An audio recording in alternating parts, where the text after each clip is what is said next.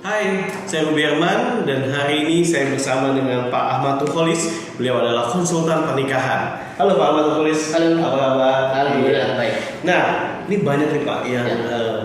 suka datang kepada saya dan juga banyak yang terjadi.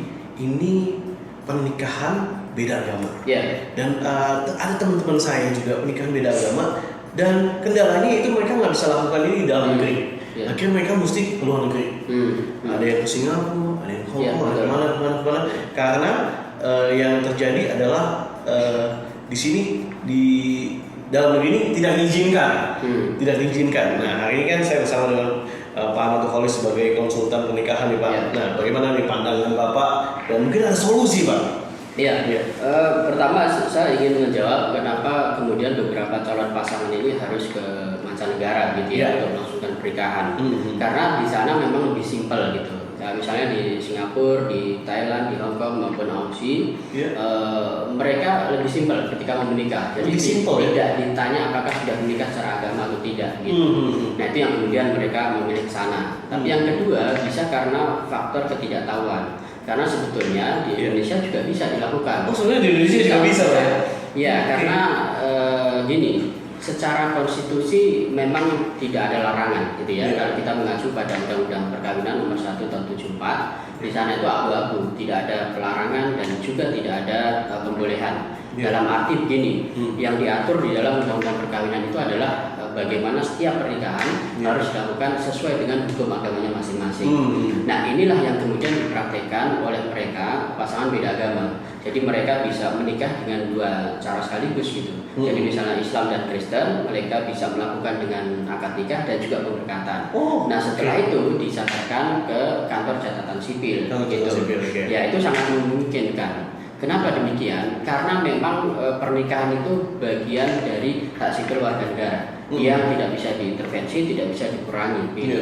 Nah, Indonesia sudah meratifikasi Kovenant Umum tentang HAM dalam bentuk undang-undang ya, Undang-Undang Nomor 39 Tahun 99. Ada 60 hak sipil warga negara. Di antaranya adalah memilih pasangan, memilih cara menikah, berkeluarga, memiliki keturunan. Nah, ini hak sipil warga negara yang tidak bisa diintervensi atau dikurangi.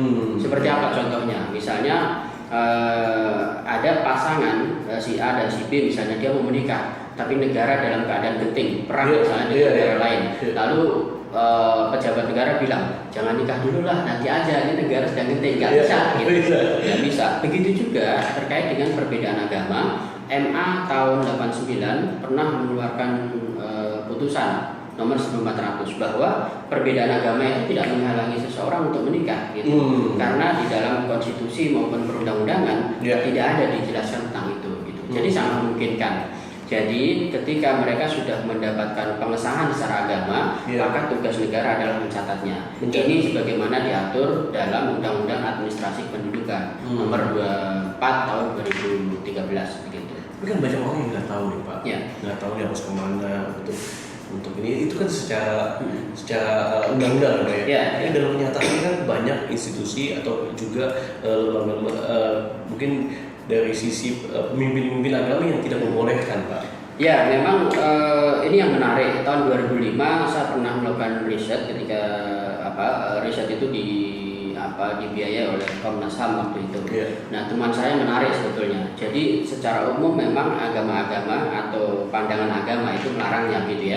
Tetapi di semua agama ternyata saya juga menemukan pandangan yang membolehkan gitu. Tidak hanya di Islam, tapi juga di Kristen, di Katolik, Hindu, Buddha, Konghucu, bahkan dengan kepercayaan juga ada pandangan atau mazhab yang membolehkan. Nah, inilah yang kemudian dijadikan sebagai peluang bagi mereka yang akan menikah sehingga mereka tetap bisa menikah gitu. Nah, ini yang saya lakukan gitu. Nah, saya sendiri kenapa terjun di ranah itu sebab memang fenomena pernikahan beda agama itu nampaknya memang bukan sesuatu yang baru dan ternyata hampir setiap hari selalu ada orang yang datang atau komunikasi dengan kita, mereka punya niat yang sama, ingin menikah gitu. Nah, dari tahun 2004 saya mulai membuka konseling seperti itu. April 2005 itu sudah mulai ada yang menikah. Nah, sampai hari yang kemarin itu merupakan pasangan yang ke 766. 766, wah luar biasa. Pak, sebenarnya masih ada nih yang saya mau tanyakan. Nah, tapi kita akan lanjut ke sesi berikutnya. Ya, kita break dulu. Terima kasih Pak Nurholis. Kita balik lagi setelah saat ini. Baik, kita akan kembali lagi setelah video berikut ini. Pastikan ada beberapa pertanyaan lagi yang kita akan lanjutkan.